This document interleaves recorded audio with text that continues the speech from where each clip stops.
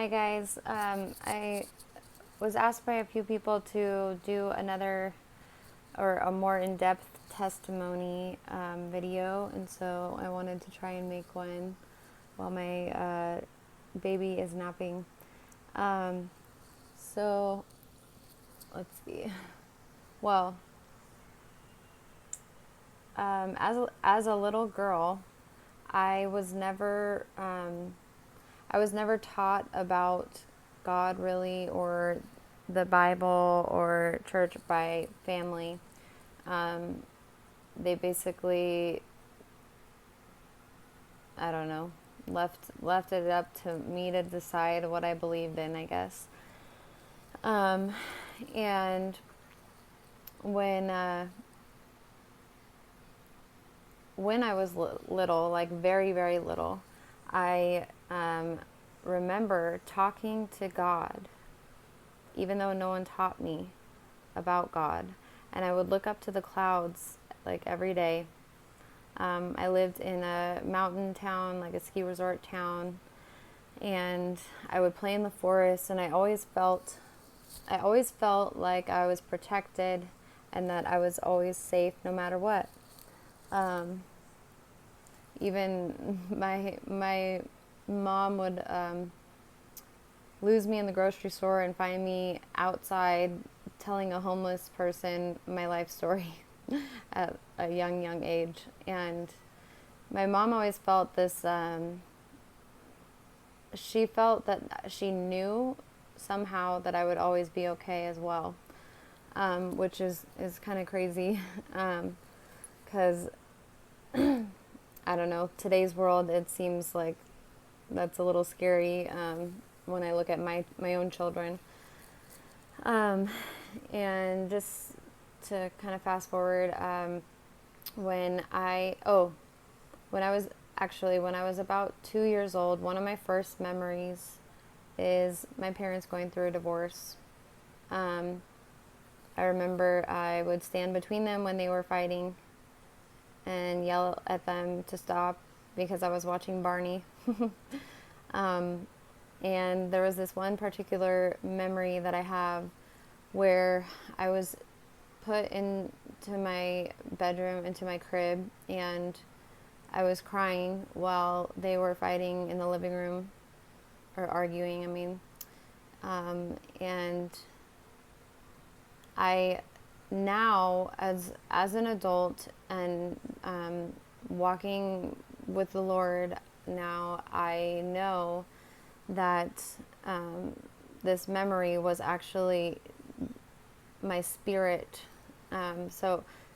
These angels came into my room while my parents were arguing in the other room, and the angels picked me up out of my crib and took me, like, I remember it as through the window of my bedroom, and they flew holding me, and carried me to the side of a mountain, and they rested me on like a crevice of a mountain, and when I remember this so vividly, and it was when I was 2 years old. And I remember feeling like comfort, and like I knew these angels, and then they brought me back to my home, or back to my spirit, back to my body, I guess, into my crib, when they were done. And I also, my whole life I've had attacks from the enemy side as well. So I, as a little girl, around the same age, like maybe 2 to 4-ish, I remember sometimes I would pray to God, or I didn't really necessarily know of praying, maybe, just bits and pieces from going to random free daycares at different churches, like, or temples. My mom would use like free babysitting, I guess, through different types of churches, and I think a couple times it was at a Jewish temple. Um, and so I remember somehow I also, like, at night after my parents tucked me in, would like think that I could talk to aliens. I would look at the stars through my window, and I would try to, like, it's kind of silly, but I would, like, say good night, aliens. Like, really creepy, actually, thinking about it now. But I also had very, very heavy sleep paralysis since I was 4 years old, when I was injured by kindergarten vaccines. I was one of the youngest in my grade, so that's why I was 4 years old. And I developed severe narcolepsy and cataplexy, which did not get diagnosed until much later, but that is what triggered the onset of the sleep paralysis. And I also had very prophetic dreams that would come true in front of my eyes. Sometimes the next day. There was one that I dreamt at 5 years old, and that one came true when I was 17 years old. And I had my mom, I'm kind of all over the place, but my mom, she remarried, I believe, when I was 4, and I had a lot. In that new house, I had a lot of demonic attacks in my sleep. I had some where, one in particular that I remember was this demon pulled me by my feet, my ankles, off of my bed, and I landed on the floor, and it pulled me under the bed very fast, and I woke up, and my head was the only thing that was out from under my bed, and I had rug burn up my back. And so you can't do that to yourself as a little girl in your sleep. And there were many nights where I would go running up into my mom and my stepdad's bed, crying, and I couldn't sleep alone. And that went on for most of my life. And at 8 years old, we had moved. My stepdad got a job out in Arizona, and he got a very, very good job for Intel, and we had moved there for his new position, and we had a very, I mean, it's not a mansion, I would call it, I don't know, like a half mansion, I guess you could say, that we moved into. And the only reason I say that is because of the distance between my room on one end of the house and my mother's room. But there was one particular night, and I have shared this on another shorter video about the angels, but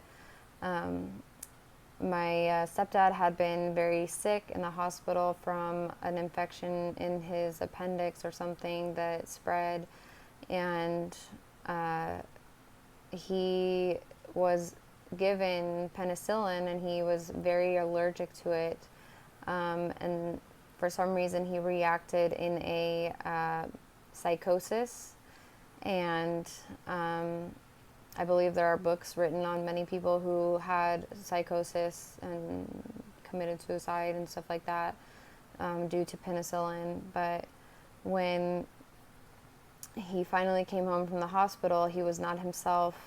And this one particular night, I'm going to speed through this, but he told my mom, well, I was asleep on the other side of the house, and he told my mom he was going to teach her and McKenna how to go to heaven, and that he was the Messiah, and was speaking like random things from the Bible, like 40 days and 40 nights and all of this stuff. And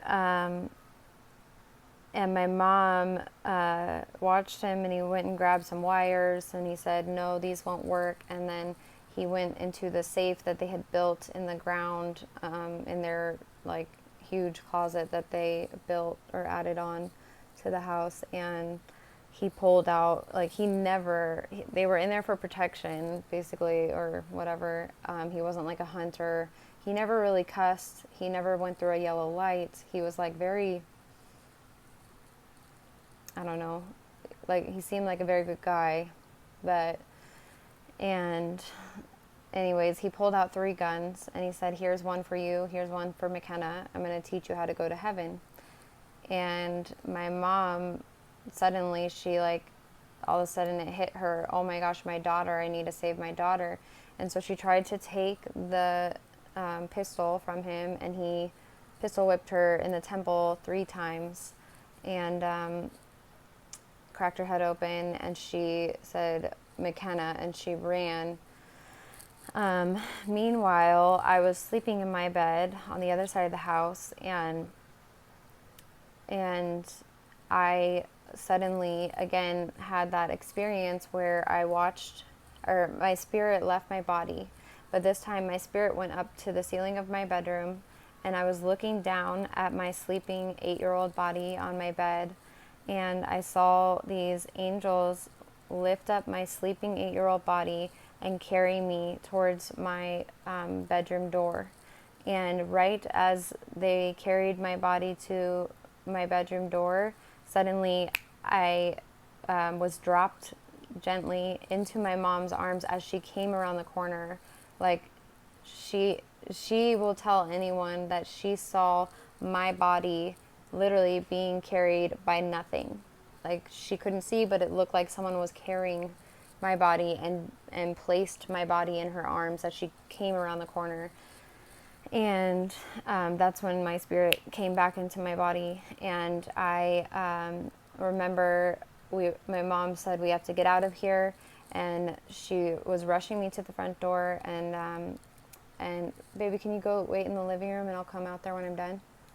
Please? Please? Please, I don't want you to hear this part. Please? Okay, press the play button on the big remote, please. Thank you. And so she was trying to open the front door, and she put me in front of her because she was trying to protect me. And I remember I was covered in her blood from her head. And Riley, go into the living room, please. Sorry. And suddenly, pew, pew, pew, 3 shots. They missed me and my mom. Praise God. Thank you, God. But we got the door open and we ran out front, and my mom tried to push me toward the neighbors because she was in her nightwear, and she thought she needed to go back home or something. And she was trying to push me and telling me, go to the neighbors, baby, go to the neighbors. And I said, no, I'm not going without you. And I went behind her and I pushed her all the way to the neighbors. And yeah, so that kind of made me go from being a social butterfly to traumatized. And, you know, I had bullying very bad after that. Kids threw rocks at me. They would ask me if I wanted to play with them, and I would get excited, and I would allow them to throw rocks at me because I thought it was a game that everyone played with their friends, and I was just scared. I was scared of everyone after that. I didn't understand at that age, and I remember I became, like, I guess, dependent or addicted to a video game, Super Nintendo, Super Mario, and that was like my escape from the world, from reality, because it was very hard to, like, heal from that trauma.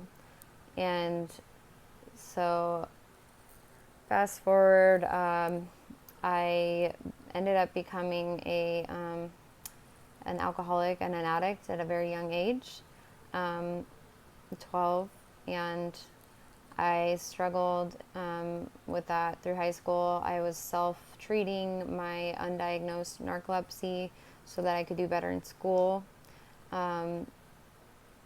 because my loved ones didn't want to believe anything was wrong with me, so they wouldn't take me to get help from doctors. They didn't trust doctors after what happened to my stepdad, which is understandable.